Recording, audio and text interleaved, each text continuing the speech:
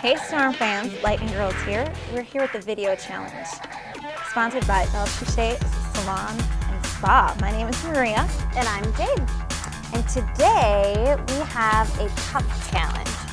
Or ping pong ball in a cup game challenge.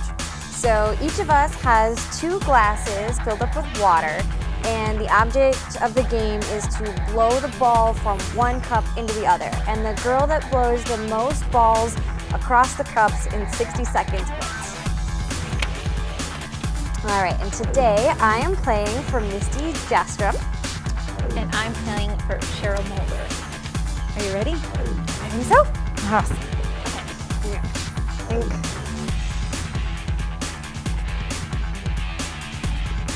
60 seconds on the clock. That would get Maybe.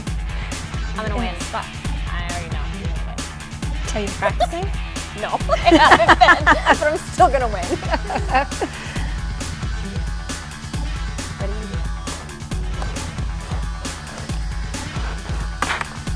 Does that count? I think that counts. Yeah, that counts. Okay.